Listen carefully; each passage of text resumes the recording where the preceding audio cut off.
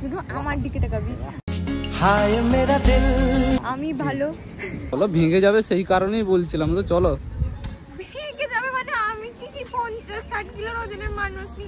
দীঘাতে ঘুরতে আমি আর একজন, তো কে দেখতেই পাচ্ছ এখানে আধ ঘন্টা ধরে এসে বসে আছি।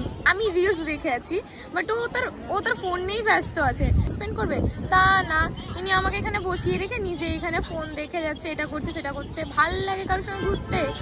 এখানে এতটা একটা জগন্নাথ ধাম আছে, সেখানে নিয়ে যাবে তাও না।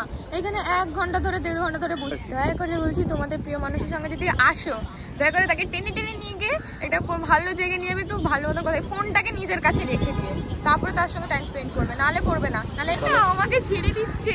চলো ওই দিকটাই ঘুরে আসো, ওই দিকটা চলো দেখাই সে কোথায় যাচ্ছে আমাকে নিয়ে। কেমন লাগে বলো তো?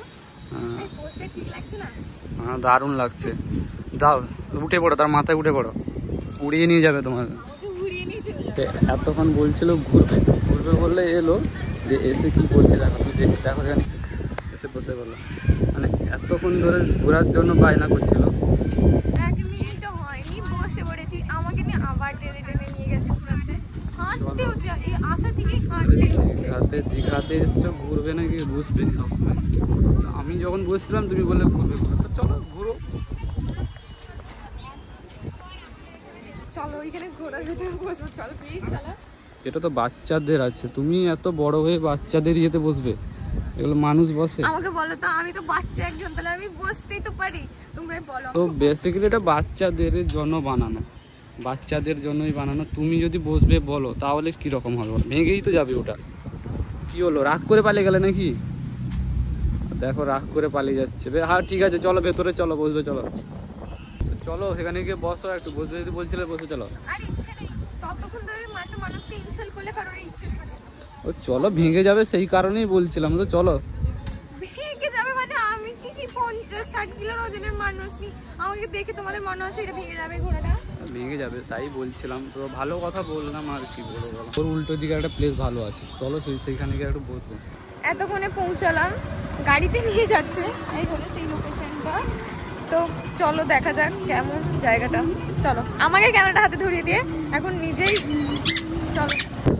তো এখানে বসার প্লেস আছে, তো এইদিকে হচ্ছে সমুদ্র, আর সে পাশে দেখো একটা জিনিস দেখো, এখানে ক্রিকেট খেলা হচ্ছে। কোনটা খাবে বলো? তোমার জন্য কোক নিয়ে এসেছি আর ইয়ে নিয়ে এসেছি, কোনটা খাবে বলো? কি বলছো? আর দেখে দেখে খাচ্ছ তো, পেট ব্যথা হবে, দাঁড়াও।